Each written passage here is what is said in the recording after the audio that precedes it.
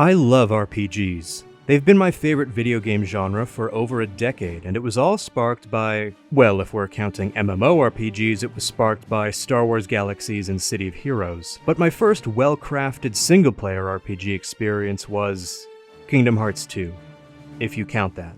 But really, truly, my love for the RPG genre was sparked by Knights of the Old Republic, and as a result, for a while the word RPG was, to me, synonymous with KOTOR's developers BioWare. I played the Mass Effect Trilogy, Dragon Age Origins, heard Dragon Age 2 was bad and skipped it, and then played Dragon Age Inquisition. I played The Old Republic, their MMO follow-up to KOTOR. BioWare crafted my favorite narrative experiences in video games, and then they stopped. I don't know why they didn't make any new RPGs after Inquisition and then sunk all their resources into Anthem. No idea at all why there were absolutely no new RPGs from the studio after Inquisition, and especially not in March of 2017. In the absence of more BioWare games, I branched out. If I'm remembering right, Shadowrun Dragonfall was my first isometric CRPG, and from there my love of KOTOR 2 and New Vegas compelled me to try Obsidian's Tyranny, and something you may have heard I liked called Pillars of Eternity, and then I was in. I still have many RPGs yet to experience, especially the pre-revival classic CRPGs aside from Planescape Torment, but I've seen so much more of what the genre has to offer. Meanwhile, Dragon Age 4 languished in development hell for 10 years, several key creatives departed the studio, and I moved on.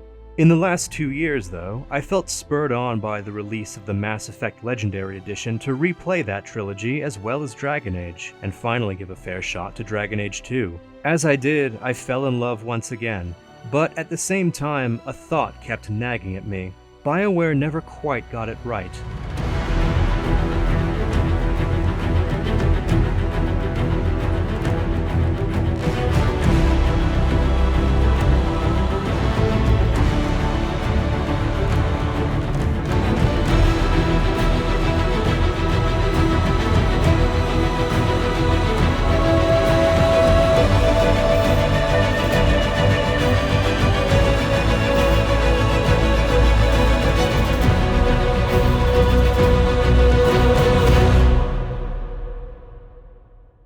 Pithy title, good clickbait, maybe. But what does that mean, BioWare never quite got it right? Let me narrow the scope of that statement for the purposes of this video. BioWare has a long history, and really, I've only personally experienced the middle. I can't speak for the failures of Andromeda or Anthem, nor the strengths of Baldur's Gate 1 and 2 or Neverwinter Nights, or, Shattered Steel. And while I've played KOTOR 1 and Jade Empire, I really just want to talk about Mass Effect and Dragon Age. And when I say these games never got it right, I mean that according to my personal taste and opinion, the admittedly admirable tendency within BioWare to consistently reinvent and try new things resulted in both series being ultimately disjointed and contradictory in ways that meant we've never really had a quintessential game of either.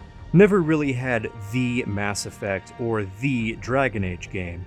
Each game exemplifies different aspects of their respective series' core identities, but each one is also lacking in aspects that their siblings do better. This goes beyond the games just not being perfect. Nothing can be, after all. It's in the way the two series change. Make no mistake, I applaud and encourage experimentation and innovation, as I strongly believe that is how we push the medium of video games forward.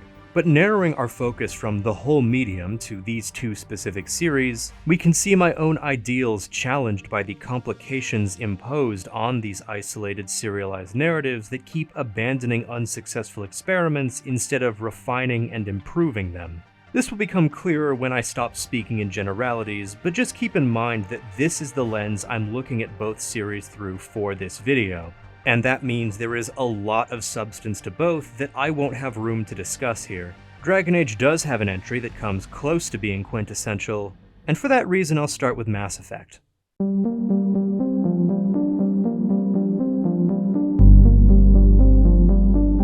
The Mass Effect Trilogy is remarkable in how each game feels at odds with the other two, but the three together somehow coalesce into a sense of a combined, true Mass Effect that does not actually exist. From each game to the next, BioWare abandons elements of the series' identity while adding new ones that don't quite take their place. The core of the series expands, but leaves noticeable gaps of empty space to the point that the net gain is roughly zero. It's like electrons expanding the size of an atom but leaving emptiness between them and the nucleus. Fundamentally, the Mass Effect Trilogy suffers from consistently throwing the e-girl out with the bathwater between each game. But I'm not going to pretend I don't like it. Mass Effect was my gateway to more complex games, and revisiting it now, I still greatly enjoy the experience the series provides. Even as I lament the dialogue wheel's increasing simplicity, the reduction of character building mechanics, and the deteriorating plot writing, I'm still enraptured by the rich cast of characters, the engaging scenes, and the intricately constructed setting and stylish presentation. Even while the main narrative of the series rapidly descends into incoherence in both plot and story, the wide array of side quests and supporting characters have satisfying and well-executed development all the way through. The first game is my favorite of the three. The dialogue wheel may have the annoying tendency to fail to properly convey what's about to be said, and it may feel like it restricts your dialogue choices to 3 more than options lists would, but at least you always get at least 3 possible responses. This will increasingly become a luxury, as will having real character building mechanics through skills and equipment. I recognize that most gamers who enjoy Mass Effect don't share my appreciation for inventory management, but it adds another layer of customization and expression. Part of my appreciation for these mechanics is the possibility to build even a non-Vanguard character in a way that allows you to avoid needing to take cover in this cover-based shooter system. In my very first playthrough 12 years ago, I enjoyed the power fantasy of marching up to Sovereign for the final battle, blasting Geth away with my infiltrator sniper rifle without even needing to take cover. I lamented Shepard's greater fragility that made this impossible in the sequels.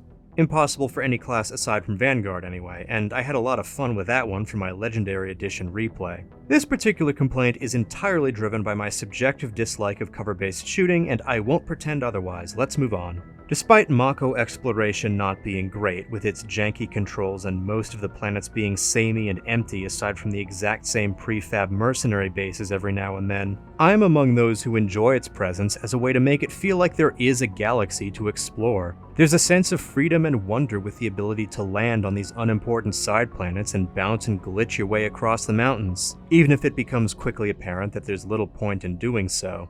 It's such an obvious rough draft of a planetary exploration system that could be, a true fulfillment of the space explorer fantasy that the series at least started out attempting to provide. But at least until Andromeda, it was utterly jettisoned in favor of much worse minigames because it didn't succeed the first time. Something else the trilogy abandoned after its first installment is having an actually good main plot. The sequels have enough good side content to distract from the fact that their main narratives are truly dismal. Well, maybe it gets harder to hide in parts of 3, but 1 actually has a compelling plot with an engaging antagonist who can pose a philosophical and physical threat to Shepard without being unbelievable. It is pretty much the same basic story structure and plot as Knights of the Old Republic with a different big twist, but it's still executed well.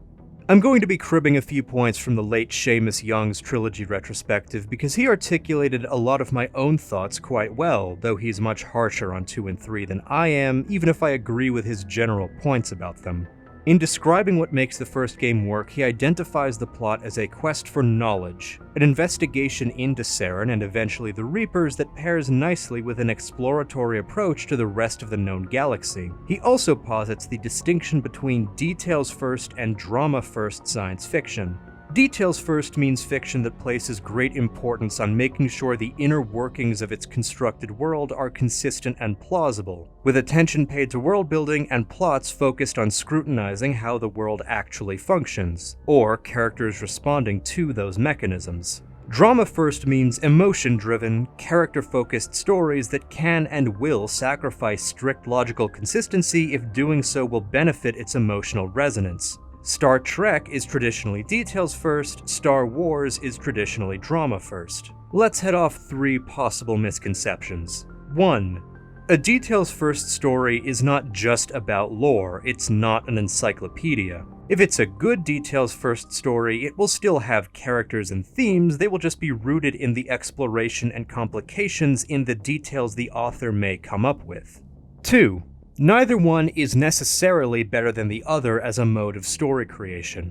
3. Details first does not have to mean no drama, and drama first does not have to mean no details. The best stories will have some combination. But as Young describes, the Mass Effect series began as details first and broke itself trying to pivot to drama first for its sequels. Again, I agree with his general analysis, though I don't consider Mass Effect 2 and 3 to be as bad as he did. Anyway, the main narrative of Mass Effect 1 is about Shepard learning what they can about the secrets of the galaxy so they can stop a threat whose primary tactics, at least in this first game, are conspiracy and secrecy. It perfectly complements a details-first approach, and it also sets up the galactic setting that the rest of the series would partly build on and partly coast on. The first game is the best at presenting a compelling science fiction world with its own ever-changing political setup, featuring humans as the bumbling, headstrong newcomers rather than the most special and powerful leaders of the galactic community,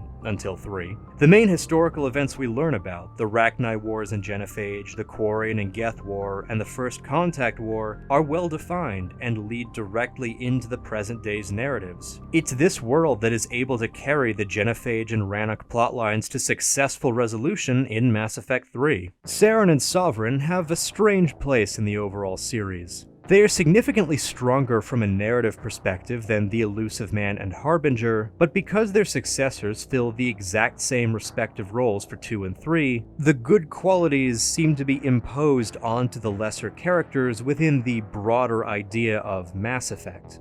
The shadows of Saren and Sovereign loom over Elusive Man and Harbinger metatextually, but textually they are treated as lesser. Sovereign was simply an advanced scout, while Harbinger is the first Reaper and their leader, even though Sovereign's one conversation with Shepard is much more intimidating and memorable than Harbinger's at the end of the Arrival DLC, and Sovereign's assault on the Citadel was far more impressive than Harbinger hanging out in space for a while and then landing to laser some foot soldiers. Saren has clear ideological motives that are complicated by his dynamics with Sovereign and Shepard, while the Elusive Man's general humanity first motto is clear enough but never really evolves. Then, in Mass Effect 3, his arc is just Saren again, thinking he's evading indoctrination while instead succumbing to it. When Shepard is given the option to appeal to the Elusive Man's better nature and higher ideals, I struggle to remember where Shepard got the idea that he ever even had them. I still like the Elusive Man fine, and Martin Sheen's performance does a lot to make the character engaging, but Harbinger is just a downgrade from Sovereign. The notion that the Reapers are a compelling threat rests entirely on the strength of the one who appeared in the first game. But then there are the qualities that Mass Effect 1 lacks that other games would improve upon, most notably the companions. The popular conceptions of all of these characters come from their later evolutions, for better or worse. As they are in the first game, they are mostly rough sketches. If Mass Effect 1 was the only one, it's probably fair to say it would have had the weakest cast of companions in BioWare's history. Tali mostly just exists to exposit on the Quarians and Geth. Kaidan exposits about biotics while assuring you he's actually already had his character arc, so no need to get interested in him. Garrus is just a cop who wants to be free to do police brutality unless you tell him to cut it out. Liara is a fairly stock, shy nerd girl, though because of her research being unorthodox, she is at least more than just a representative of the Asari people. Ashley, however, provides an interesting perspective on how some humans feel about being the bullied new kids at the interplanetary lunch table that is the Citadel. Because of her family's shame after the First Contact War and the dismissive attitude the Council species have towards humanity, Ashley suggests that humanity cooperate but always be prepared to have to strike out on their own. So Ashley is interesting enough. Her tough military attitude contrasts with her love of poetry. She loves her family. She's a decent RPG companion. Rex is the standout if we were to isolate Mass Effect 1. He doesn't just exist to exposit about Krogans and the Genophage, he has his own individual perspective on both. He's lost hope in his people, and defines himself simultaneously as an archetypal, battle-loving Krogan and someone who hates the self-destructiveness so many of his people live by. Then, when he thinks Saren's genophage cure might be the hope he thought he'd lost, he begins to reconsider everything, possibly to his own detriment. It's a shame that the two most well-written companions may very well wind up dead by the end of the game, but even then, the peak of companion writing here is below average for the rest of the series. So despite Mass Effect as a whole being known for its companions, the first game does not live up to this reputation at all. The last glaring weakness of the first game is its combat. While I previously expressed appreciation for its implementation of character building and equipment, the fighting itself, in the original release, was often floaty and clunky. It was functional, but not necessarily fun. The Legendary Edition cleaned this up a bit, but it still plays a lot slower than its sequels in a way that fails to live up to the high-octane action the series has always aspired to have, even in its more cerebral maiden voyage. So then Mass Effect 2 comes around, and a lot of things change. With the success of the first game and the EA purchase of BioWare finalized, the studio naturally decided that Mass Effect 2 needed to be bigger and better. It needed to be more exciting, and it needed to address the weaknesses of the first game. So 2 begins by breaking its narrative over its need to reset it into a completely different plot and story than what would naturally flow from the first game, wasting the advantage of making a direct sequel in a pre-established world by requiring more upfront exposition to explain exactly what's different now and why. Again, cribbing from Seamus Young's analysis, the first game ends with Shepard saying, "The Reapers are out there and I'm going to find out how to stop them." Implicitly, Shepard will use their connection to Prothean beacons and the knowledge they've already gained to focus on the galaxy-ending threat that they have proven to their superiors is coming for everybody. Shepard has the backing of the Council either for saving or replacing its members, and the help of their friend/possible lover Liara, one of the galaxy's foremost Prothean experts. The second game begins with Shepard getting killed off and resurrected and finds himself indentured into the service of their savior, Cerberus, a group known for being the villain of a series of side quests in the first game that would make any player who remembers it totally unwilling to trust it now. Cerberus then rebuilds the Normandy and restaffs it before the player can really miss it, bringing back the most important familiar faces but conspicuously leaving out Liara, and the Elusive Man forces Shepard to go after a completely different group of villains that, yes, is directly connected to the Reapers and Protheans, but at the time, Shepard doesn't know that. With hindsight, this game should have starred a different protagonist, Dragon Age style. Maybe someone who has already joined Cerberus and proven to be their top agent. Maybe, hear me out, Mass Effect 2 would have been better if you played as Kai Lang. Okay, not actually Kai Lang as he ended up, but Elusive Man's right hand, maybe someone who's been having some doubts about Cerberus, and the player has to choose whether to defect or affirm loyalty. So I guess play as either Miranda or Jacob then. The narrative effort it takes to completely retrack Shepard's journey is substantial, and it was a choice to have to go through that in the first place. But it is very dramatic to begin your game with your familiar Normandy getting blown up and Shepard getting killed. That, as Young writes, is Mass Effect switching to drama-first storytelling in the sloppiest way possible. However, I can't continue parroting Young's points because I think the drama-first shift is a major contributor to the massive improvement in companion writing that this sequel brings. Someone like Thane is not just our introduction to the Drell, he is unique among the Drell, offering his own perspective on their culture through the very dramatic fact that he is an assassin who is dying of a terminal illness. Even Grunt and Legion, who arguably are all about being representatives of their respective peoples, are clever twists on that notion. Legion is literally a representative of the majority of the Geth, serving as an ambassador while embodying his entire culture within him because the Geth are a collective. Grunt is actively grappling with how to interpret the Krogan encyclopedia implanted into his brain, so talking with him about the Krogan is not just him telling you things, it's him actively choosing how to interpret them. I've thought a lot about what makes a compelling RPG companion, and here are the criteria I've arrived at for what appeals to my personal tastes. 1. The companion should have an interesting core premise. A terminally ill, spiritually minded assassin. A psychic midwife who uses her powers to hide herself even from herself. A succubus who runs an intellectual brothel in an attempt to remain chaste and redeem herself. The secret heir to the throne who's just a goofball who doesn't want real leadership. A good premise can be super unique, it can be a clever twist on an existing trope, any premise that can fit under the label high concept. 2. A strong individual perspective, a sense that they are people within whatever in-universe group they come from rather than mere representatives. It's the difference between Tali in Mass Effect 1, who mostly exists to give insights into Quarian culture and Geth backstory, and Tali in Mass Effect 2 and 3, who has a clear relationship with the rest of her people as her own person. 3. A memorable personality that is distinct from the characters around them and is enjoyable, intriguing, or at least plays off well against their co-stars. At the very least, BioWare tends to get this one right. 4. Character development that occurs over the course of their side arc in a compelling way. 5. Relevance to the game's main themes. In the best cases, they offer different explorations of those themes that don't overlap with each other except to complicate each other through comparison and contrast.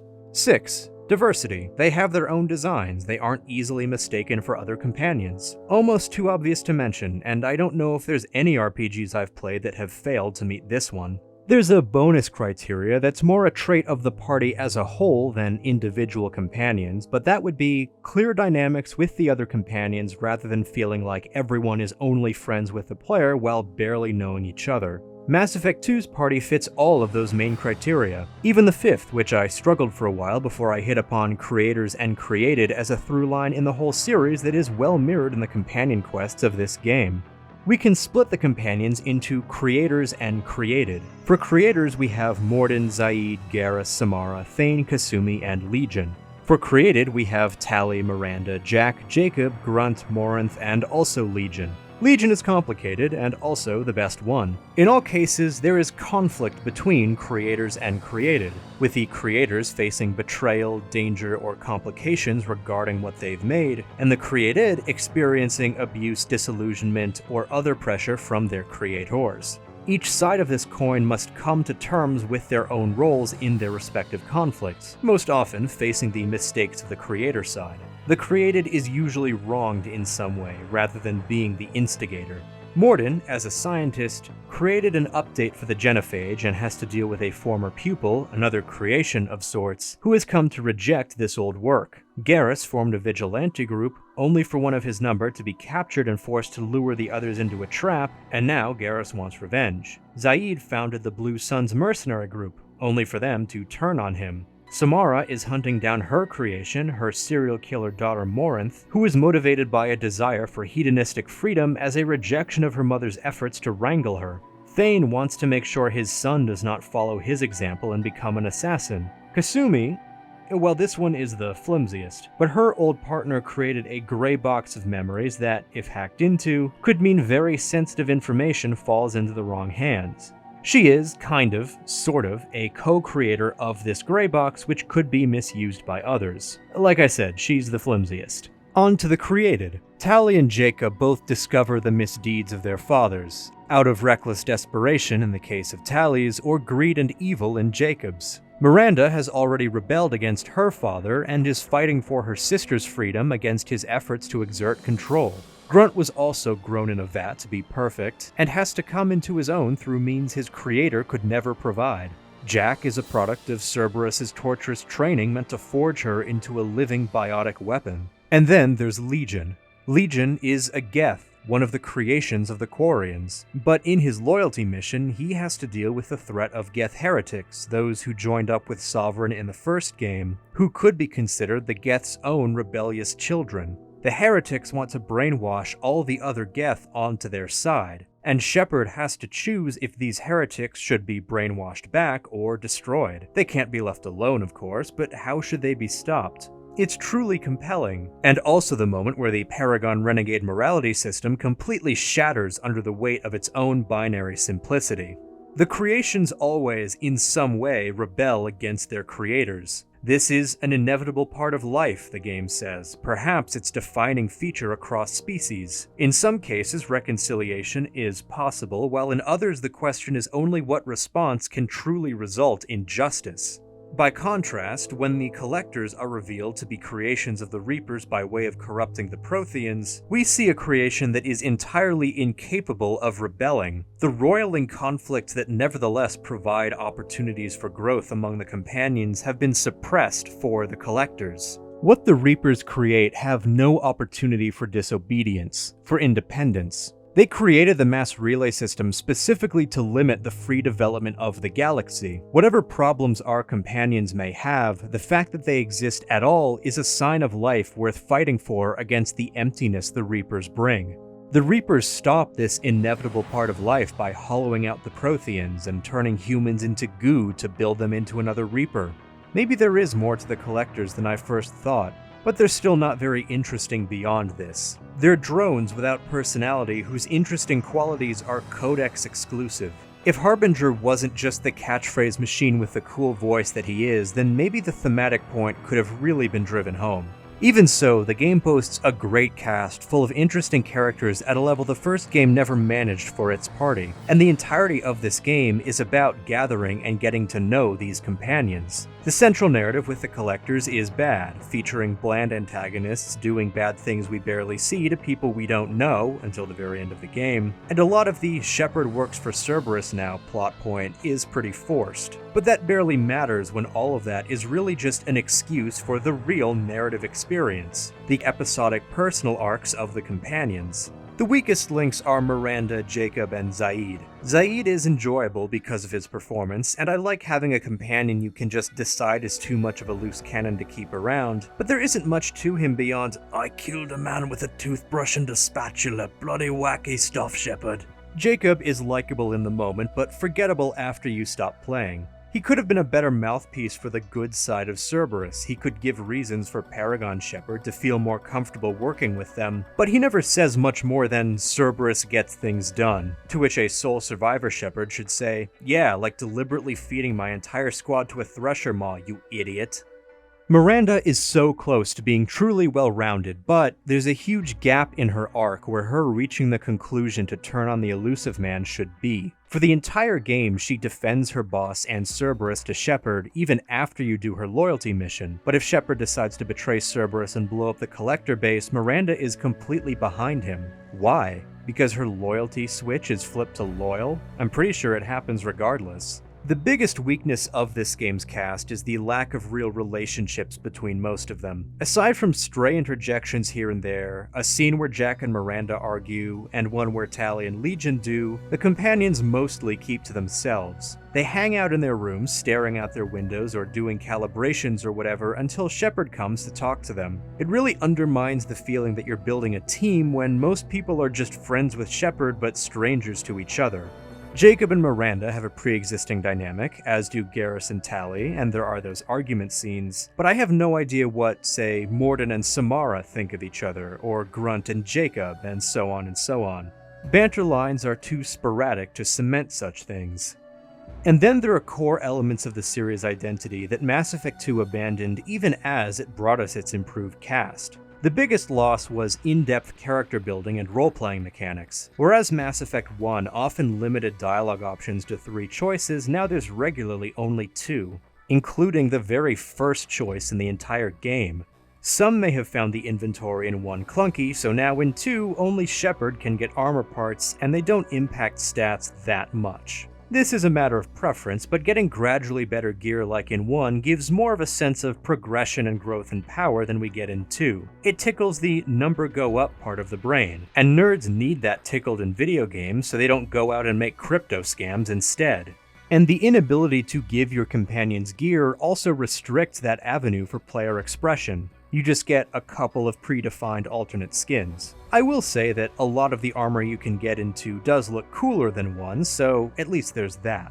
Instead of improving the Mako, BioWare removed it entirely and replaced it with something far worse: resource scanning. To some extent, I can understand the impulse. Improving on the Mako sections would have eaten up development time that otherwise went to crafting the excellent recruitment and loyalty missions. But perhaps BioWare would have been better off not replacing it with scanning at all. If they had simply left it in the past, its lack would not have caused such palpable emptiness. Instead, the obvious downgrade of the scanning reminds those who played the first game what is now missing. But Mass Effect 2 has its own unique element that BioWare has not yet tried to iterate on. It has a particular name that I'm pretty sure would make YouTube mad, and I refuse to resort to advertiser-dictated baby speak, so I'll be calling it the Impossible Mission. The Impossible Mission is what the whole game builds to, the reason for forming a team of experts. When Mass Effect 2 came out, it was praised as a triumph of design for all the different ways things can go down and how many moving parts there are. I think it kinda sucks. My main problem with it is the fact that the team Shepard gathers is too big for this mission to narratively pay off everyone's involvement. There are 4 or 5 roles for people to fulfill, and 10 to 12 companions to choose from depending on if you have the Zaid and Kasumi DLCs, which, if you're playing in 2024 after the Legendary Edition has come out, you do. You pick a specialist, a squad leader, a biotic, a second squad leader, who can be the same as the first, and maybe someone to lead your captured crew back to the Normandy, which just makes them go home. Then everyone else is lumped together to hold the line while you go face the final boss. This means that at least half of your companions, half the cast of characters you spent the game getting to know and build up for this mission, end up playing bit parts. To be generous and say that the 2 who are with Shepard also get time in the spotlight means that the irrelevant companions are now just under half the cast rather than over half. It's one major but under-discussed failure of the main quest that 90% of the game focuses on its characters before climaxing in a way that reduces half of them to the status of background extras. Mordin, Grunt, Zaid, and Thane are never good choices for any of the specific roles. Another strange detail is that gather a team for a job stories usually involve some kind of intel about what the job is going to be. In Mass Effect 2, nobody has any idea what's on the other side of the Omega-4 relay. The Elusive Man is just guessing that everyone he's sending Shepard dossiers on will be helpful, and all the companions decide that's good enough for them. I suppose you could argue this is why not everyone gets a chance to shine. The team was built to account for any eventuality, and the ones who actually get to fulfill roles are the ones who happen to luck out. But again, it's not narratively satisfying, and would be a strange bout of realism for a story that broke its back at the start, switching from details first to drama first. The fact that the impossible mission will kill off companions if you assign the wrong roles to people is bold, but also ends up vulnerable to metagaming, especially because some deaths are arbitrary in a way that makes you want to avoid them rather than live with consequences. Sure, picking Jacob as tech leader even after Miranda strongly advises that's not his specialty will obviously result in his death, but failing to upgrade the Normandy's armor always specifically taking out Jack feels weird. Really, this is the clumsiness of a new and daring way to design a final level. I have nothing but respect for BioWare for attempting this experiment. Despite me facetiously saying it sucks earlier, it is a really good first attempt. But it's still so obviously a proof of concept rather than fully realized execution. I'd love to see another RPG, BioWare or otherwise, try another gather the team for an impossible mission structure that improves on what was done here. Unfortunately, BioWare heard all the praise they got for their rough draft and decided they nailed it and never needed to try anything like it ever again. Though maybe this is what Dragon Age Veilguard is going to be, given the whole "we've got to assemble a team" story trailer we got. Maybe I'll release this video just before Veilguard and it'll make me appear a clown. I genuinely hope this happens. It's a shame Mass Effect 3 didn't try. It would have been an awkward and obvious recreation if it had done another gather the team for a mission structure, but the same design principles could apply to the climax of a hypothetical, different ME3. All the surviving companions already return in some way, so the big final push against the Reapers could involve all of them. It could have worked without being so blatantly a rehash, is what I'm saying. As it stands now, the impossible mission is yet another part of Mass Effect that wasn't quite right the first time, even if most contemporaneous players and critics told BioWare that it was, and then it was tossed aside. So then we get to Mass Effect 3. It's finally hammered down the feeling of the companions being a group, a team, not just people who are only friends with Shepard. The Normandy feels alive in a way it never has before. Series-long story arcs get resolutions that account for player choice in a truly satisfying way. And the gunplay is at its most fun and energetic, with some of the RPG character building restored. Still very streamlined, but much better than 2. Meanwhile, the weak plotting is back and more noticeable than ever. The actual squad is somewhat disappointing in how it's mostly returning characters, a likable but unmemorable human, and a genuinely interesting and important character who was sealed off for DLC in the original release. It sucks how often BioWare did this. The dialogue wheel is more limited and worse than it's ever been. Kai Leng is there. The mystique of the Reapers completely shatters. Mass Effect 3 is the most uneven of the series, oscillating between highs and lows. From the satisfaction of Tuchanka to the head-scratching Citadel raid to the emotional Rannoch to the frustrating Thessia, and so on. My last playthrough gave me whiplash as I switched between admiration and sorely missing aspects of the predecessors.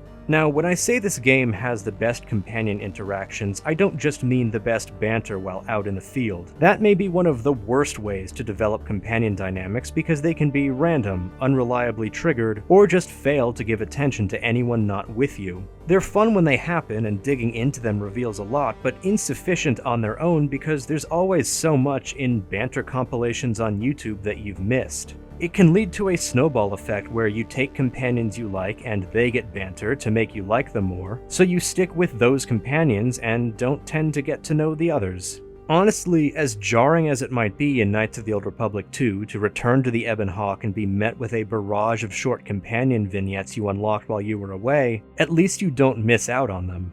In Mass Effect 3, companions regularly chat with each other while on the ship. Sometimes Garrus is asking Liara about Palaven War updates. Sometimes James is asking Javik what Protheans do for fun and getting trolled in response. It's all great. The companions are building relationships with each other, not just with Shepard. If you don't romance Garrus or Tali, they hook up with each other. Companions should romance each other more often.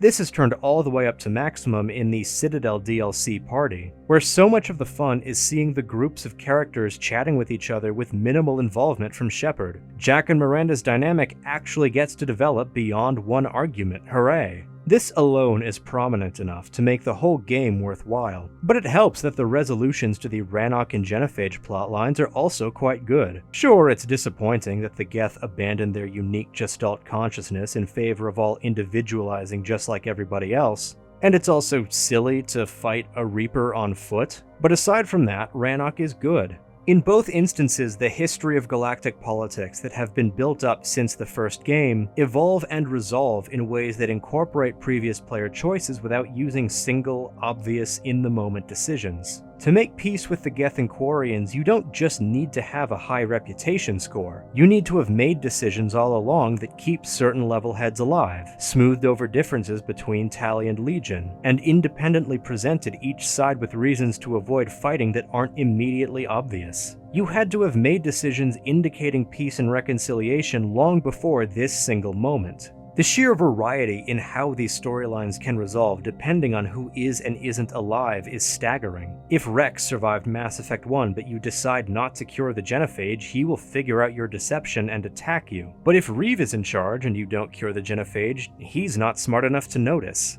The game is filled with little details like this, small incorporations of your series-long choices that make it disingenuous to say that the ending means the game disrespects your choices. The whole experience is one long payoff to past choices. That said, the endings are indeed not very good. Part of this was inevitable the moment that BioWare decided that the Reapers would be fought in a conventional war. Sovereign talked the talk of an unknowable cosmic horror, and the presentation of indoctrination throughout the series, especially the excellent Derelict Reaper mission in 2, backs him up. But the thing about cosmic horror is you can't destroy Cthulhu with a gun. Sure, you can ram a boat into him and disintegrate him, but that doesn't kill him, it just sends him back to sleep. The most you can do to a true cosmic horror is delay and pray. By that logic, one single Reaper may not be an unbeatable cosmic horror because Sovereign is beaten in the first game, but he is able to do immense damage on his own and is one of thousands. The Reapers collectively are an existential threat that are built up as impossible to fight with conventional warfare. So then Mass Effect 3 comes around, and the whole game is about building an alliance to fight a conventional battle on Earth so that the secret superweapon can be used as an instant win button. Yes, the Reaper fleet does destroy Shepard's allies without the catalyst, but also Shepard kills one on foot with a targeting laser. The game tries to have it both ways, an unbeatable cosmic horror that you can survive a direct fight with.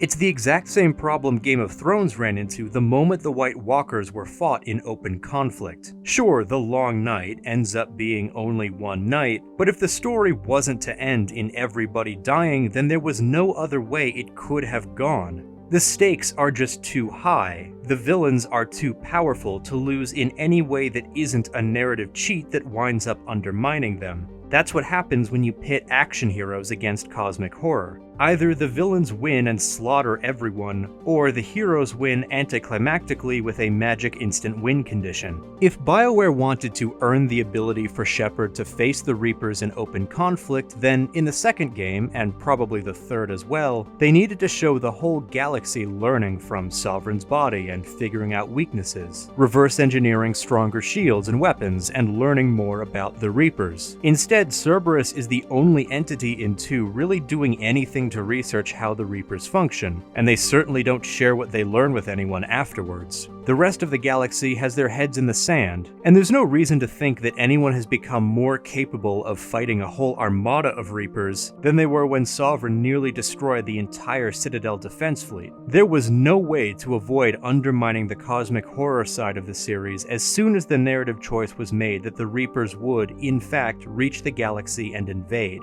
That's not the greatest weakness of the ending, though. The actual biggest problem is that it fails to consolidate the thematic threads of the series into a satisfying final moment that actually resolves any of the ones it does include. The conversation with the Catalyst fixates on the repeating creator versus created conflict, makes this theme explicit, and states that this is what the whole series has been about. And I see it, but not quite as literally as the Catalyst is insisting. To return to my analysis of how the ME2 squad fits into that theme, most of them are not creators and creations in the mechanical sense. Garrus and Zaid created groups. Mordin created scientific advancement, and most of them fit as either parents or children. More broadly, we could say that the Reapers are the creators of galactic society because of the way they deliberately planted the Citadel and mass relays to guide galactic advancement in specific ways that anticipates but also guarantees conflict. The Council species did not literally create the Krogan, but in uplifting them, they created the version of Krogans that would become a problem for them. When the Catalyst says that conflict between created and creators is inevitable, this is true, but the Catalyst only means it in a very specific mechanist versus robots way, narrowing the scope of things in a way that feels hollow and false to the world we've been reshaping. The Catalyst says it was created by the Leviathans, and it in turn created the Reapers, to solve the problem of artificial life turning on organic life. So I guess if the Quarians never made the Geth, but the Rachni and Krogan conflict still happened, the Catalyst would have no objection? I mean, I know the Reapers would still show up because they're in a routine now, but within the worldview the Catalyst presents, the Genophage would be nothing to worry about. The problem is not that the Catalyst has faulty logic. The problem is that, on a narrative level, the Catalyst sits Shepard down and tells them that the whole series was really about this narrow segment of everything we've been experiencing. And the options presented as solutions to the eternal conflict of creator versus created are incoherent when zooming back out to the totality of this theme.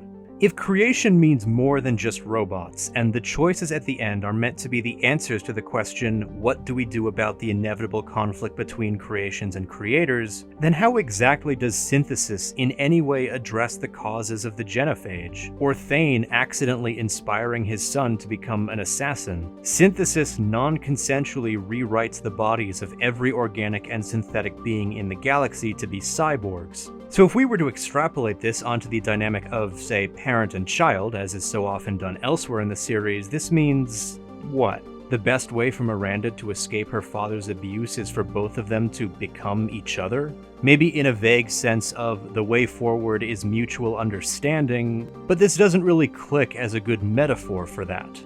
Same goes for control and destroy, both of which are nightmarish suggestions for ways to resolve a parental conflict, or an organization facing turmoil, or any non-robotic form of creation. Of course, they weren't meant to. The focus is too narrow for an entire trilogy's ending statement, and it should have been broader, actually considered the less literal ways the series has previously explored creator versus creation, at least in a perfect world. I am aware of the behind-the-scenes apocrypha regarding how these endings came about. And the mundane realities of art mean that we can never get the perfect spherical cow of storytelling. There is another related theme I haven't mentioned up to this point, the question of how to move beyond past wounds. It's something almost all of the companions throughout the trilogy convey in some way, as well as the Geth Quarian and Genophage plotlines. Here, once again, the options presented by the Catalyst feel unsatisfying because the representative for true reconciliation does not feel like reconciliation. It feels like forced conformity and brainwashing. All that said, destroy is the best ending. You may think, I don't want to destroy the Geth after I made peace with them and the Quarians, and I certainly don't want to destroy Edie. Don't worry, after all, this is the only ending where it's possible for Shepard to survive. But earlier in the game, it was revealed that Cerberus used Reaper tech to rebuild Shepard in 2, so if Shepard is alive when all Reaper-related tech was supposed to be destroyed along with them, then clearly the Catalyst was lying, and Edie and the Geth are fine too.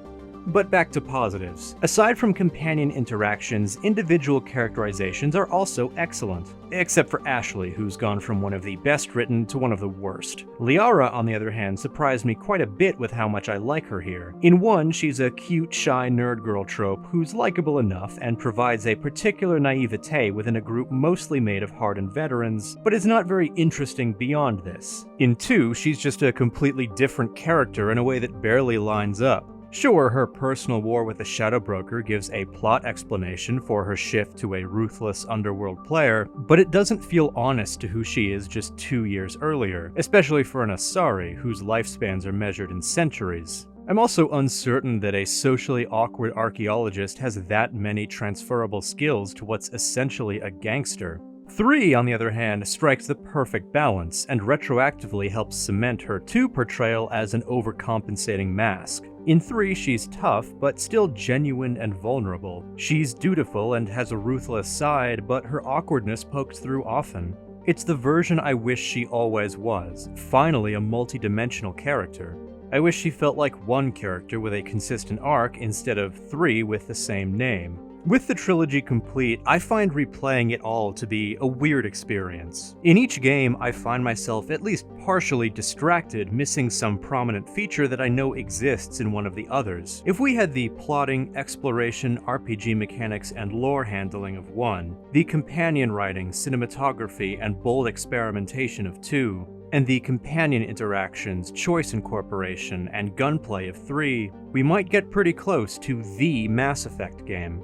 The trilogy still holds a place in my heart, but its flaws have become more apparent over the years. For a time, Mass Effect was my favorite RPG ever, but now it's not even my favorite BioWare game. That honor now goes to...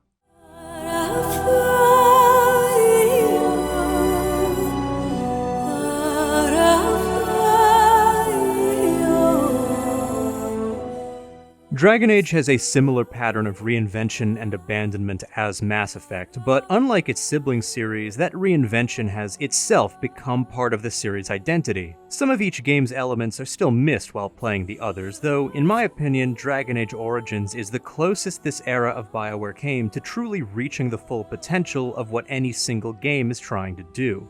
A shame it runs terribly on modern systems.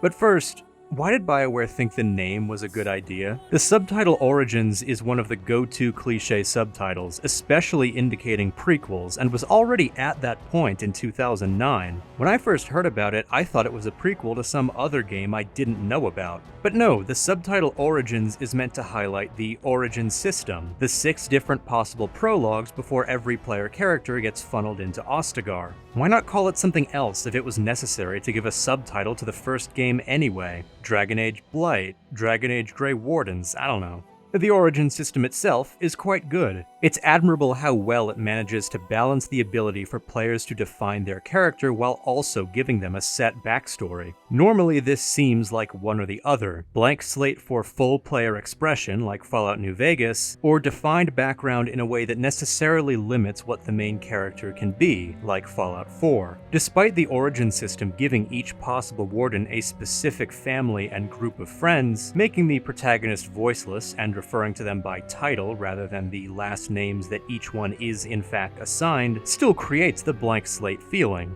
It helps that details on backstory are vague enough and dialogue choices with those established relationships varied enough to still allow the player a good amount of flexibility in defining what's imposed upon them. This system may be one of 2 exceptions to my assertion that BioWare keeps moving on instead of improving, if you view the Origin system as a more radical and impactful iteration of Mass Effect's backgrounds for Shepard. I've only played 2 of the Origins so far, Mage and City Elf. Mage was my first playthrough over a decade ago. I remember it being alright, but City Elf really spoke to me. The Eastern European Jews I come from moved to America during the heyday of Ellis Island immigration in the 1800s, so I'm pretty far removed from the situation BioWare was drawing from for this particular story arc. But I recognize and appreciate that connection, however distant, and even though everything else about elves draws from different real-world inspirations. Personal connection aside, this intro does a great job putting you in Thedas as a warden with a specific perspective, rather than encouraging you to just play as yourself. It's a feature all the Origins share, and is really the entire point of it. It's somewhat a shame that Dragon Age 2 and Inquisition barely continued with this system, though it could be argued 2 is just a game with one single origin story. I'm interested to see how Veilguard handles the Origins that have been confirmed to be returning in some way, but I don't really lament this loss. Unlike Mass Effect 2's impossible mission, the Origins system in Dragon Age did get it right, or at least right enough to justify moving on from it for different big ideas. Thedas as a setting is interesting in how it approaches the ever-present conundrum in fantasy games. How much to follow or break from standard fantasy setting tropes? Is it a failure of our collective imagination that there even is a thing as a standard fantasy setting? That's a bigger question than I'd like to get into here. I've previously mentioned how Pillars of Eternity and Baldur's Gate 3 demonstrate different ways to present familiar fantasy in new ways. Pillars of Eternity includes conventional aesthetics while deliberately avoiding cliché setting tropes, exemplified in the dwarves featured not being underground Nordic miners and instead being Inuit-inspired boreal dwarves. Baldur's Gate 3 features the unique and unconventional aspects of the Forgotten Realms setting, like the Githyankian mind flayers, put into prominence alongside its stock features. In other words, Pillars directly does differently than the standard, while Baldur's adds non-standard into the standard. With Dragon Age Origins, we see a third approach entirely, mostly just doing the standard, but adding uniqueness in the specificities. So in Thedas, BioWare did not avert forest-dwelling elves and underground mining dwarves in any way, but it did give the dwarves an intricate, fleshed-out caste system, a unique perspective on the surface world, and a history of lost glory after their deep roads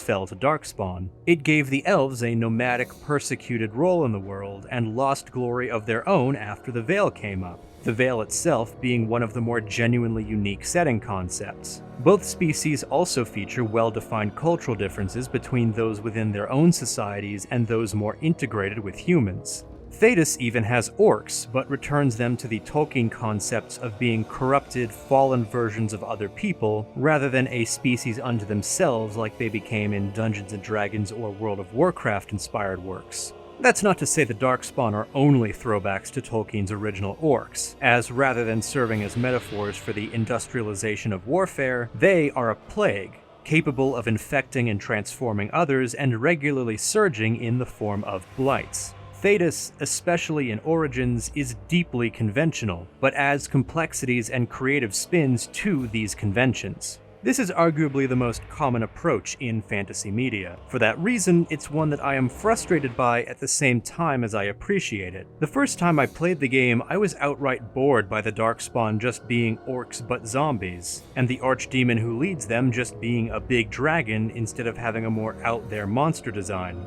When I think of Darkspawn being led by an archdemon, my mind jumps to a more otherworldly kind of threat. Now that I'm older and have developed the maxim that we must meet art where it's at, I'm more capable of appreciating the way they twist Tolkien's orcs in a way other fantasy doesn't. But I still can't help but be bothered by the obvious visual stockness of it all. This is exacerbated when I consider the more unique aesthetics that would develop over the course of the series. I really love the stylization found in the Inquisition companion cards, the DA2 time jump cutscenes, in-universe art, and the like. This is what I find most visibly lacking from Origins when compared to its successors. Well, that and the companions. I think the Origins companions are of a higher caliber than Mass Effect 1, but aside from Alistair, Morrigan, and Leliana, each of whom is excellent, the party is simply less interesting than those that would appear in 2 and Inquisition. Zevran and Oghren are incredibly tropey as the suave assassin and the alcoholic comic relief. Wynne is quite interesting conceptually, but it takes a while to actually learn what her concept is, and she doesn't get to shine as much as she could have. Sten is entertaining, and the Qunari are the most unique and interesting piece of world building the Dragon Age has to offer, but the slice of them Sten lets us see is not quite what they would become. Shale is pretty great, but as DLC, kind of detached from everything. The dog is a dog. Aside from the three favorites, the most interesting thing Origins does with its party is allow you to make one of its main antagonists join. It's an outcome that few will see organically, and most will only experience by watching it on YouTube because doing so makes Alistair leave you and go off to drink for the rest of his life. But putting antagonists into the player's party to flesh them out and provide a unique perspective is a great, underrated way to develop them. The depth of Loghain MacTier is something players who kill him at the Landsmeet likely will never get to fully appreciate, but this technique was used to incredible effect with Kreia in Knights of the Old Republic 2, and will be used again, in a sense, in the next two Dragon Age games. It helps that in those instances, recruiting the characters in question is not optional. For the majority of players who don't alienate Alistair forever, Loghain will just be a decent villain, an obstacle with an understandable but only optionally explored motivation and a great voice performance. There's definitely value in his status as a once respected fallen hero to contrast with the new heroes of the Warden's team, but it's not as meaningful a contrast as, say, Saren provides to Shepard. I'm not saying Loghain needed to be a former Grey Warden like Saren is a disgraced Spectre, just that the game could have perhaps used an extra confrontation with him, after the betrayal at Ostagar, but away from the theater of the Landsmeet. This is a minor point, all things considered, and Loghain still fulfills his thematic purpose quite well. Since Dragon Age Origins is about bringing together a diverse alliance of people against a common foe, Loghain is a hardline nationalist, the person unable to set aside his prejudices and past wounds for the common good, and instead falls into conspiracy theory and makes things worse for everyone. But even he can be brought over once he is thoroughly beaten, if not for the objections of someone else who refuses to let past wrongs go. And after a whole game of you being the outsider coming into conflicts between mortal enemies and playing either Peacemaker or Kingmaker in each situation, you are suddenly forced to be on the receiving end of that from another Warden playing the impartial outsider, Riordan. It's an incredibly clever switch-up, and while it seems many players overlooked this element, it could provide a moment of forced reflection near the end of your journey. Alistair, and possibly the player, may not be as gracious here as they could have tried to make the werewolves and elves be. It's just a shame it comes at the likely cost of most moments that give depth to Loghain. While I am not fully grabbed by the treacherous Terran, he is at least better than the other villains of the game. The Horde of Darkspawn serve their role as a mass of evil, but they have practically no characterization to speak of besides brutality and depravity. The Archdemon who leads them is intelligent and tactical, providing the leadership necessary to give the Darkspawn purpose and create a blight, after all. But we only see this in the short Darkspawn Chronicles DLC. Otherwise, this being that should be interesting based on the lore is nothing more than a big dragon, and not even a cool talking one. A god of beauty becoming corrupted and leading a plague horde sounds way cooler than a dragon is leading orcs. But the latter is how the conflict is depicted. At least the Awakening DLC exists to actually make Darkspawn interesting and gives us compelling antagonists in the forms of the Architect and the Mother. Given the series has moved on from Darkspawn after the end of the Fifth Blight, understandably so, I'm glad that Awakening is able to flesh them out. So if I see these flaws or inadequacies in Dragon Age Origins, why is it the best BioWare game? Well, simply put, it does everything well enough at worst. Even if I think only 3 of the companions are great, the rest are still likable. Even if I don't find the villains that compelling, they do still carry the narrative and thematic weight they need to. I like that the Warden is unvoiced and gets a list of options instead of a wheel, and the options don't often feel restrictive. The gameplay is relatively complex but manageable, and character building can still facilitate a wide array of player expression. The game is simply really good at giving the player a satisfying adventure to go on with fun characters. What makes the game so good is boring to talk about, at least through the broader series retrospective lens I'm applying for this video. It's just crafted with extreme competence, and the flaws it does have are really just ways it could have been even better. The worst I can say about it is that its setting and art style are presented so conventionally that their unique elements are somewhat obscured. Dragon Age Origins lacks a distinct Dragon Age identity apart from just dark fantasy due to these aesthetics, and that is certainly something the sequels would address. So here's the thing. It's clobbering time. Also, I skipped Dragon Age 2 12 years ago because the internet said it was bad and I didn't care that much about Origins the first time I played it. Nowadays, it's fairly common to hear praise of 2 for the bold choices it makes in its storytelling. I finally played it for the first time last year, after my Origins replay where I discovered new appreciation for that game, and after hearing all about 2's companions and the more intimate story. And I have to say, Dragon Age 2 was definitely overhated back in the day, and maybe the installment I have the most creative respect for, but it's still the worst one. BioWare saw the successes of Origins and decided to go somewhere new with the sequel. Put so broadly, it sounds similar to what happened with Mass Effect, when they shifted a quest for knowledge plot starring an intergalactic secret agent into a build a team for an impossible mission plot starring a corporate operative. So why do I respect Dragon Age's reinvention while I chafe at Mass Effect's? Perhaps the most obvious point is that Dragon Age games have more self-contained narratives than the Mass Effect Trilogy. Mass Effect 1 ends with the most obvious to be continued I can think of in any major RPG. Well, aside from KOTOR 2, and the less said about how that plotline turned out, the better. Shepard has learned about the threat of the Reapers and knows that the entire galaxy needs to prepare for the oncoming apocalypse. By contrast, Dragon Age Origins concludes with the Blight ended, the companions' arcs mostly wrapped up, and the Ferelden succession crisis resolved one way or another. Sure, there are dangling plot threads like Morrigan's God Baby, which is emphasized as a future concern by the Witch Hunt DLC, but that's obviously leading to a new story altogether. Besides, the God Baby may not even exist depending on player choice. Same for whether or not the Architect is still out there. So reinvention with a new story, new setting, and new protagonist is perfectly teed up. Dragon Age 2 can be its own thing instead of feeling like a diversion from the main plot like Mass Effect 2. Then there's my view that the biggest flaw of Dragon Age in need of correction was its less unique identity, a flaw that mandated reinvention to address.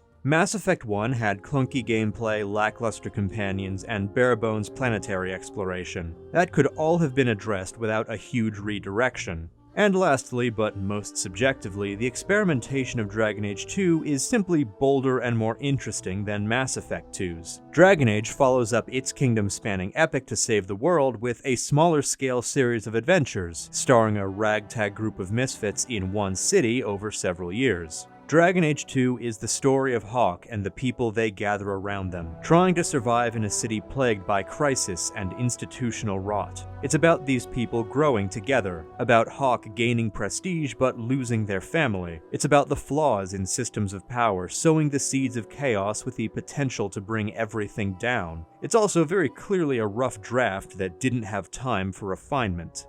Why didn't Fenris clean the house he's been squatting in for 6 entire years? Fenris, maybe you should try dusting. You ever hear about Jordan Peterson, Fenris? He says you should clean your room. I hear he's extremely popular with the Tevinter Magisters.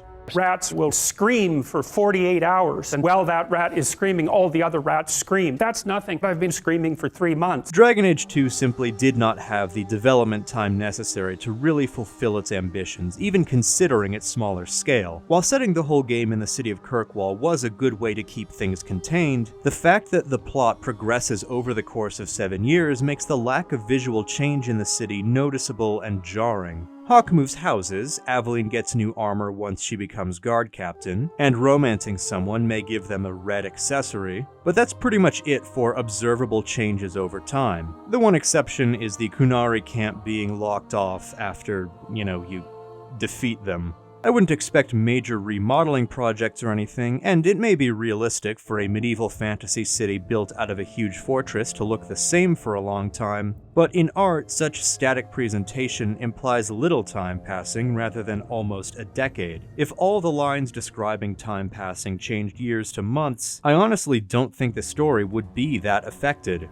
It might even feel more coherent. The other unique quality of DA2 that is super cool conceptually but ended up clearly limited in execution is the overhaul to companion relationships. It seems BioWare noticed the incredibly metagamey way that approval meters typically compel players to contort their dialogue choices to whatever makes their companions the happiest, and tried to find a way to encourage more varied, natural role-playing. Their solution was brilliant: the friendship-rivalry dichotomy. While in Origins, a companion whose approval was too low would just abandon the group, in 2, negative approval builds rivalry instead. You form a different kind of relationship with your companions, one based more on challenge and tension than affirmation. It's fascinating how the companions' character development changes depending on their relationship with Hawke. Rivalries are basically Hawke challenging the companions, pushing back on them and compelling them to change, while friendships are Hawke agreeing with them and reinforcing their existing beliefs. If you befriend Anders, you convince him that his goals and eventual secret plot are totally in the right, so he merges with the spirit Justice as Anders embraces the radicalism you've encouraged, even if unknowingly. But a rival Anders is convinced by your pushback that what Justice wants is toxic, and that his scheme will ultimately do more harm than good. But Justice forces him to go through with it anyway, and Anders is horrified by his own compelled actions.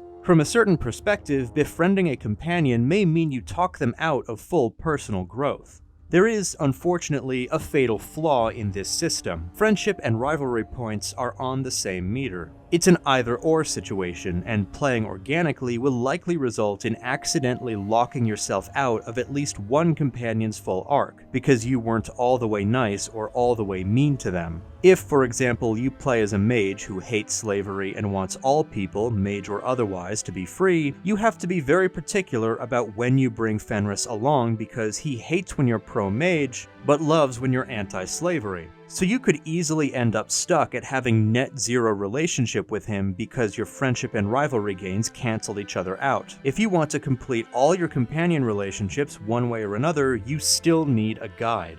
It wouldn't be until 2016, 5 years later, when another game would try something similar, but make the shocking innovation of just separating the meters. In Obsidian's Tyranny, you can build positive approval, loyalty, and negative approval, fear, independently from each other.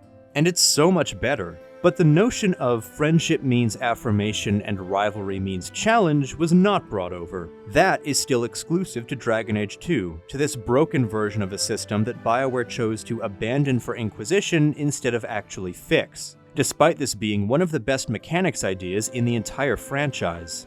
As far as the companions themselves are concerned, I think they're all fine.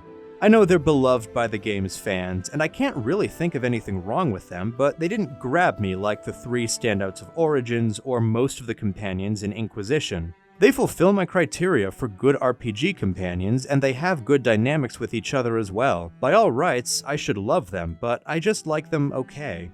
Perhaps some of this has to do with the way they express a central theme. Dragon Age 2 is about responses to systemic flaws, the difference between person and the legend around them, and it is about survival in a hostile world. The first of those themes is there in most companions' premises, but not fleshed out except through Anders and Aveline. The second is only really expressed by Hawke and in some ways Varric, and so it's only the last that the companions explore. Isabella has survived by self-interest, but can learn to be more open to others. Fenris has survived through fierce bloodshed and has no memory of anything else. Aveline took the route of dutiful integration into the system to the point of willingly being its tool. Anders is trying to figure out how to aid in the survival of his entire people through rebellious action. Similarly, Meryl is trying to help her clan survive by breaking their rules around blood magic and trying to revive elven history. Hawk's siblings Bethany or Carver will outlive the other, depending on Hawk's class choice, and so they must cope with this personal tragedy. Sebastian is the sole survivor of his family and has to choose how to respond. Varric outlives his brother either literally or metaphorically, and must suddenly deal with the responsibility of running House Tethras as the surviving heir. There is also a dog.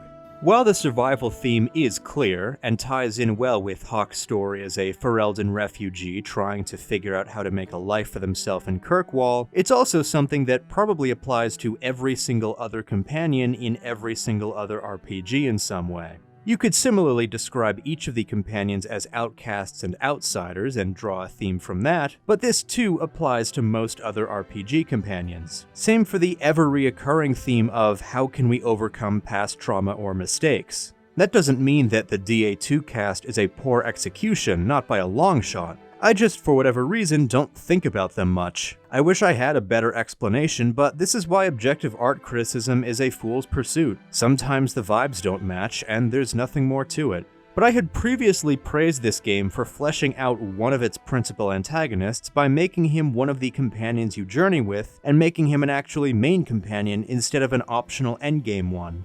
I suppose it is misleading to call Anders an antagonist, but I could easily see a version of this game where he was just an NPC you have a couple conversations with, and then he blows up the Chantry and is a boss fight. That would be a far lesser version of the game. Knight Commander Meredith is a fine villain, but she is elevated by Anders. By getting to know Anders, especially fleshing him out as more than the non-stop quip machine he was in Awakening, we as players have a much more interesting relationship with the extremist who starts the Mage Templar War, and we see his journey to that extremist action in more depth. So many video game antagonists, especially in huge RPGs like these, end up lackluster and unmemorable, and I'd chalk a lot of this up to a lack of proper screen time. I'm glad Anders, however much of a villain you see him, is an exception.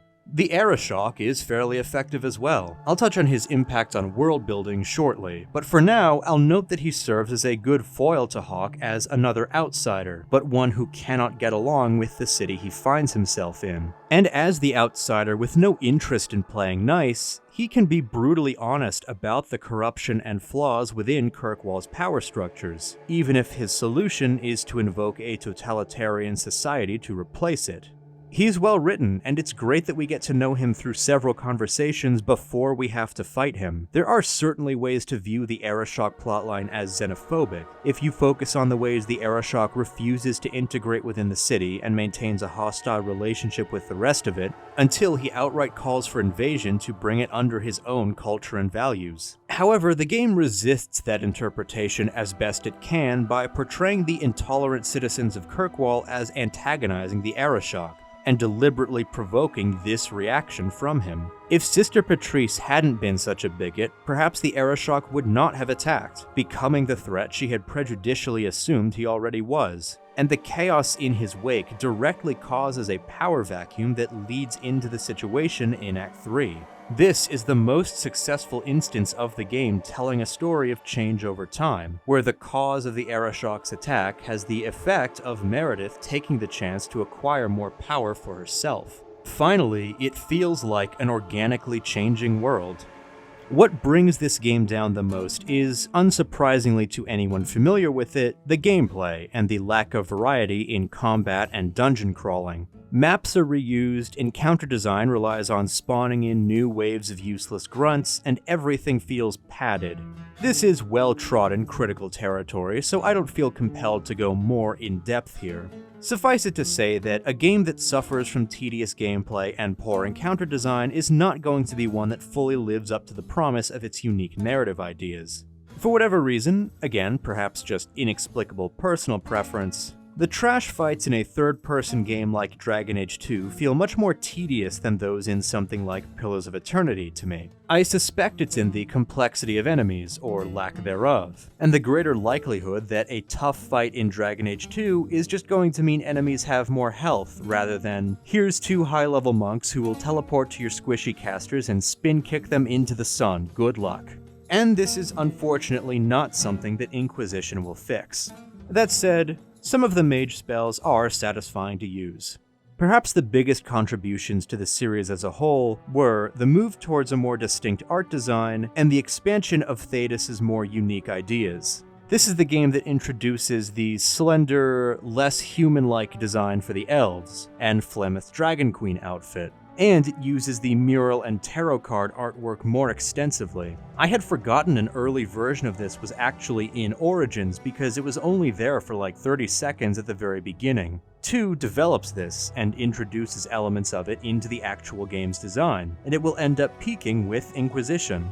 2 also finally gives us the Kunari as they were meant to be, a notable element of the Dragon Age world that has no clear parallel with existing fantasy setting tropes. Large-horned people with an incredibly rigid, role-based, dogmatically collectivistic society who are trans-inclusive misogynists is an incredibly unique idea. Yes, many of them fulfill the honorable, battle-loving barbarian type because we most often meet those in the warrior role, but the truly original culture embodied in the Qun stands apart. Stan exposits details about it in Origins, but here we get to directly see it in action. There's a dark irony in the way that the conflict with the Kunari can be partly laid at the feet of the strict role adherence demanded by the Qun, leaving the non-diplomat Arishok totally out of his depth in a situation that would have been best resolved with diplomacy.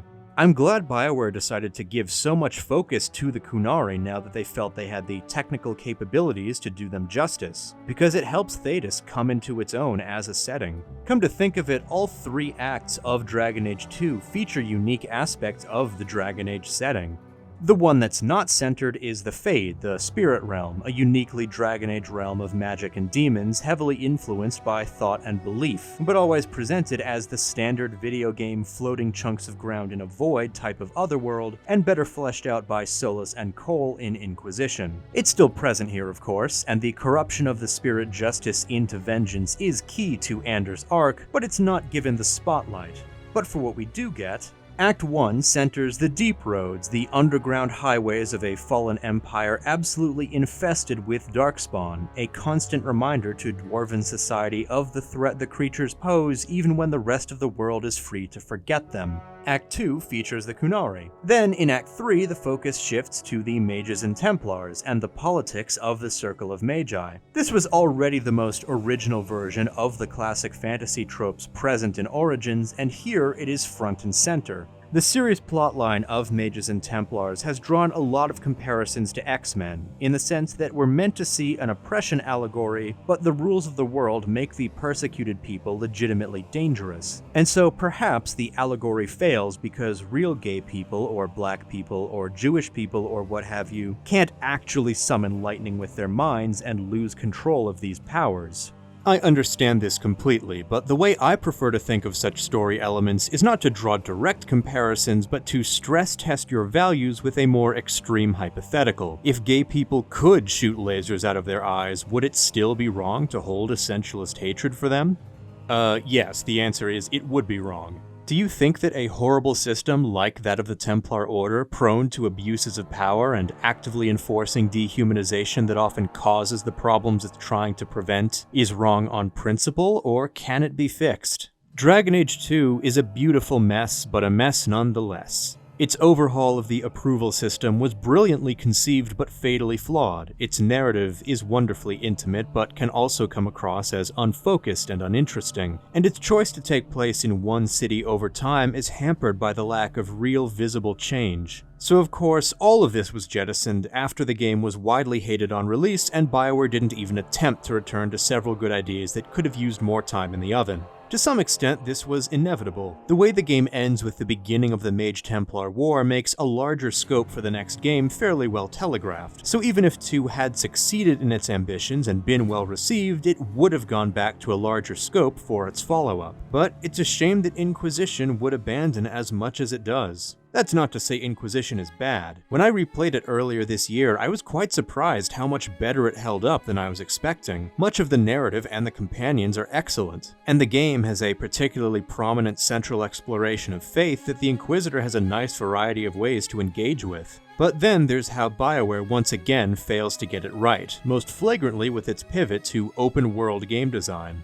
It feels like the team at BioWare who designed the open world and gameplay brought in colleagues who made The Old Republic, their Star Wars MMO. This is not a compliment. It suffers from the same annoyances that make exploring in SWTOR such a pain. Respawning enemies who drag you into tediously dragged out combat and are too good at spotting you if you try to slip past them. This fights with my completionist mindset to create a perfect storm of me feeling compelled to explore, but always being subtly annoyed while doing so. Many have called Inquisition reminiscent of an MMO because so many of the side quests are shallow fetch quests that aren't stories so much as errands. Few that I've seen have pointed out that the maps themselves and the enemy interaction on them is also directly taken from MMOs. As a result, exploring the world of Inquisition may be the worst in the series.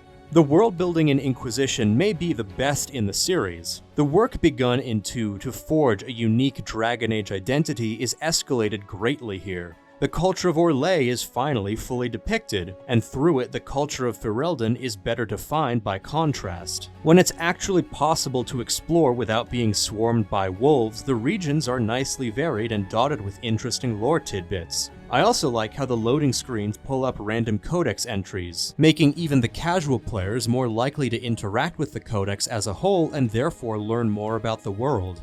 I think every RPG with a lore codex should steal this. Of course, the plot is inherently better suited than the previous 2 games to expand the setting like this. Origins was a crisis in one kingdom with some broader details established and other things left vague. 2 was a deep dive into a single city, but the events of Inquisition are international incidents. The game begins with the Pope exploding, and everybody else naturally has reactions to this. The Inquisitor is thrust into a political role far earlier than the Warden or Hawk, and the politics reach wider. I mean, Josephine is there to play international ambassador as soon as Cassandra declares the Inquisition, and by the time of Trespasser, the organization is a world power.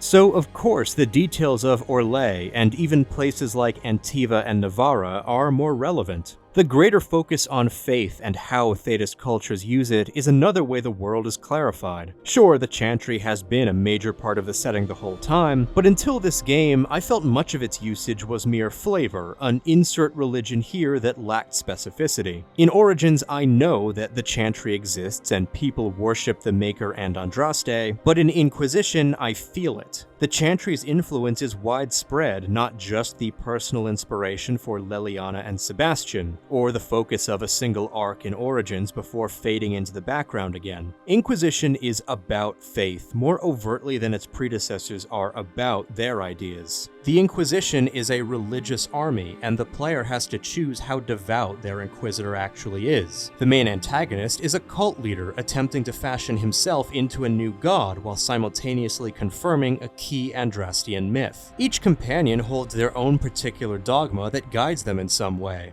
Aside from Cole, who is defined by belief due to his nature as a spirit, and aside from Varric, who's just happy to be there, I guess. There is no dog this time. I could go more in-depth into the game's thematic exploration of faith, and I think I will, but not here. Let's just say for now that Inquisition features the strongest thematic through-line in the series so far, and I really appreciate that.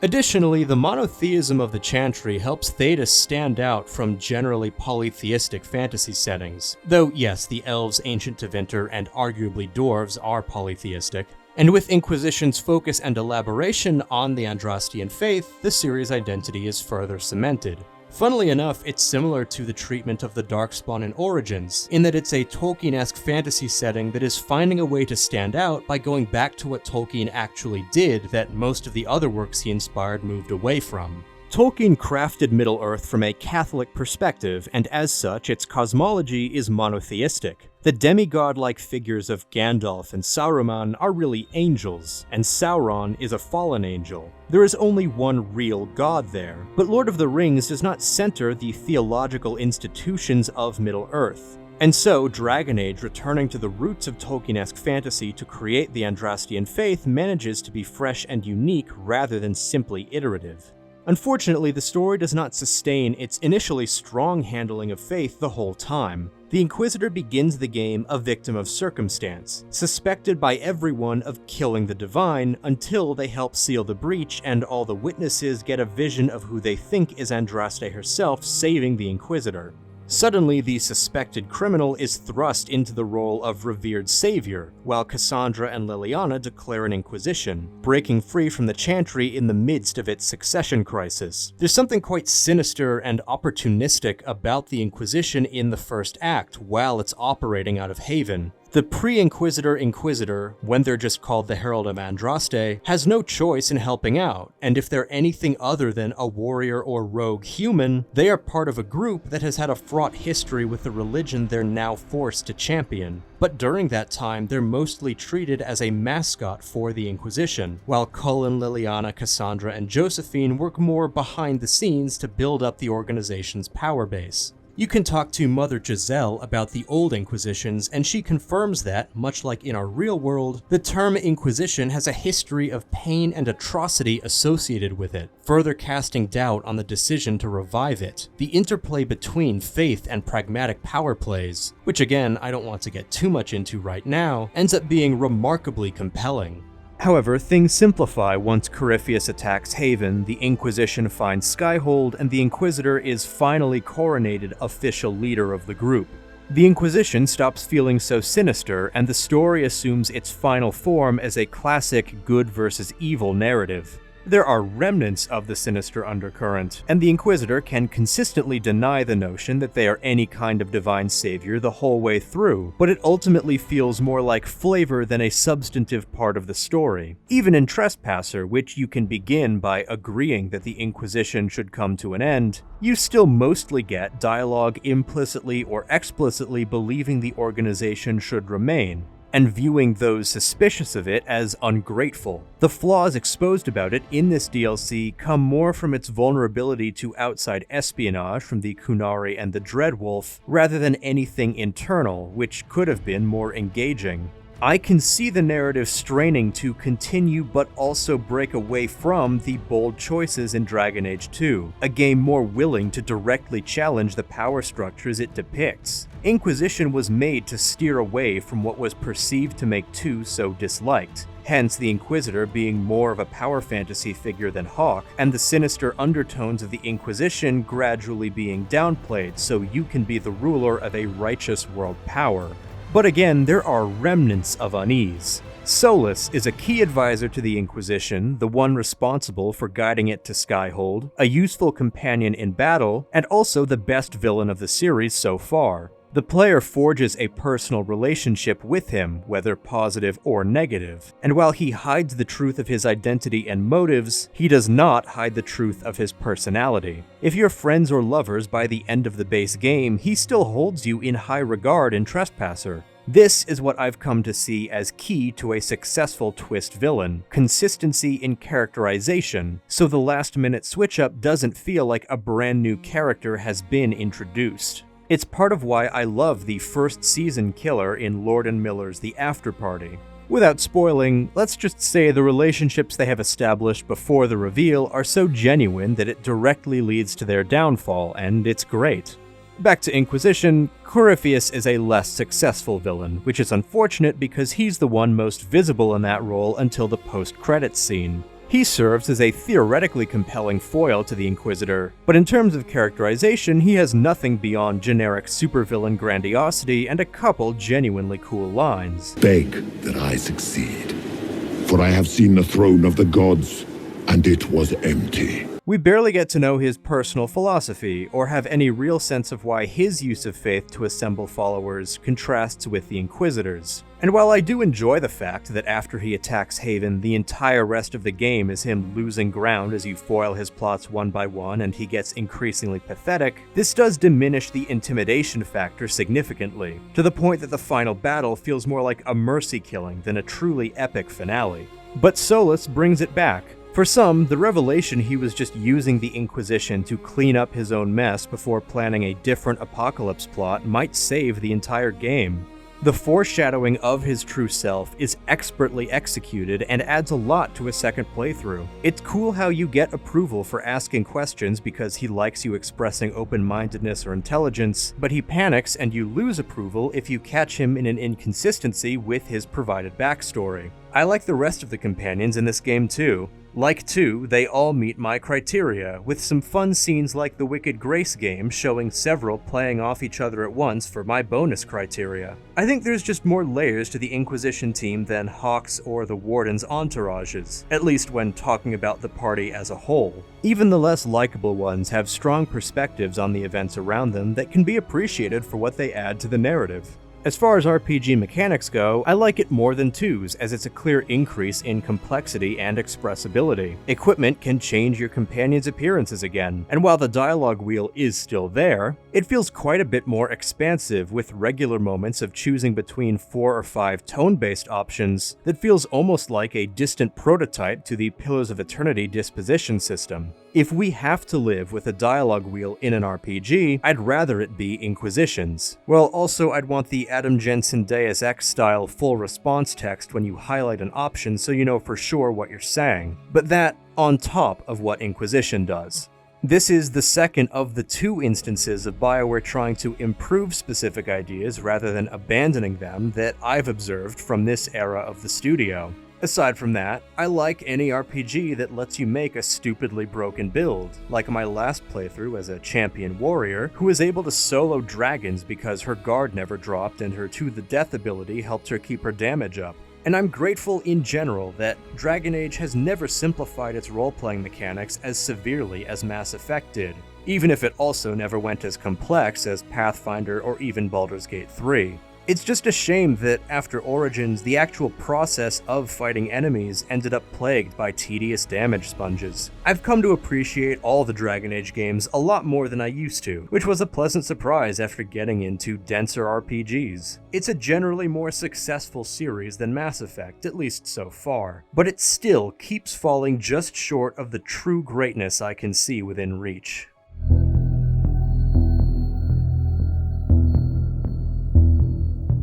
I find I've become incredibly pro-artist, to the point of being anti-fandom in a lot of ways. I often yearn for experimentation and innovation rather than repetition and stagnation, and I want to see franchises grow beyond their conventions as much as possible.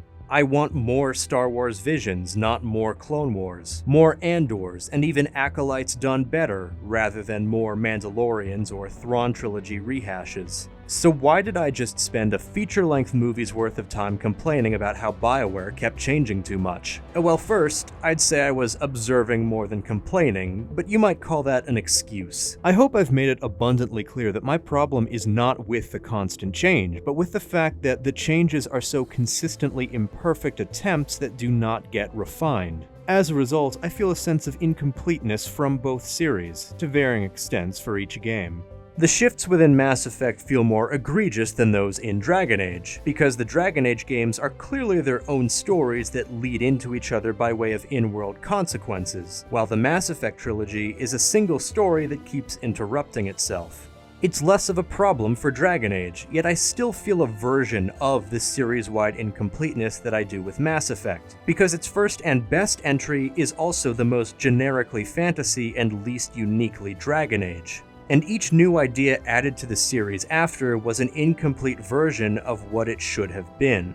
I just thought it was worth digging into in perhaps excessive detail, this odd mismatch between overall series identity and specifics of each entry that mean that, at least for me, playing one game of the series inevitably leads me to compare with the rest and always feel like there's something missing. Maybe that's inevitable when returning to any series after its heyday has passed. My goal is to release this video right before Veilguard, which will immediately date it for anyone watching in the future. I hope Veilguard will be good. It's clear they are continuing the move away from RPG mechanics, but since Patrick Weeks, the writer for Garrus, Tali, and Solus, is in charge of the narrative, I'm sure it will at least be worth playing, even if only in the same way Dragon Age 2 is. But it's been 10 years since Inquisition. Here's a short list of RPGs that have come out since: The Witcher 3, Pillars of Eternity 1 and 2, Pathfinder Kingmaker and Wrath of the Righteous, Divinity Original Sin 1 and 2, Disco Elysium, Baldur's Gate 3.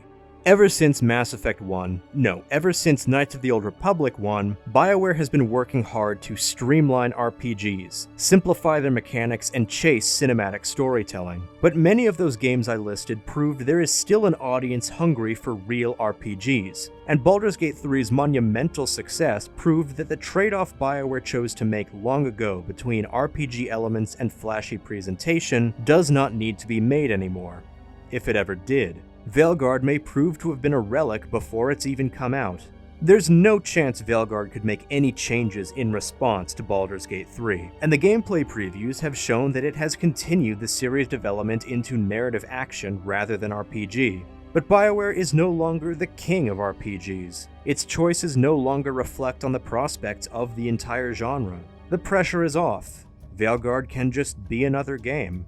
I enjoyed my time revisiting all of these classic games, and playing Dragon Age 2 for the first time. I enjoyed different things about each, but I feel love for them all. Every single one has intricate writing worthy of proper focus and deep dive analysis I didn't feel I could properly cover in this broader retrospective.